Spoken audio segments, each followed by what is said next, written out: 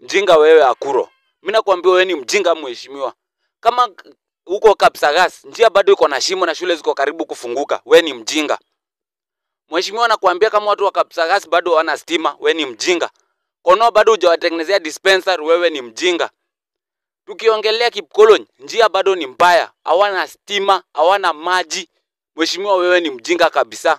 Na mheshimiwa mimi nakwambia wewe ni one term. Kama unataka kunipeleka koti tuende. Kama utanifunga nifunge, mimi nakwambia wewe ni mjinga. Kama kutusi wewe ni mjinga itanifanya mimi nifungwe, heri nifungwe.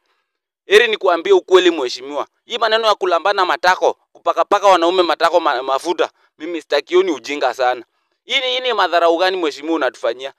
Hii dispensary ya Kipkolony ulitengeneza, haina hadi stima, haina madaktari, haina madawa.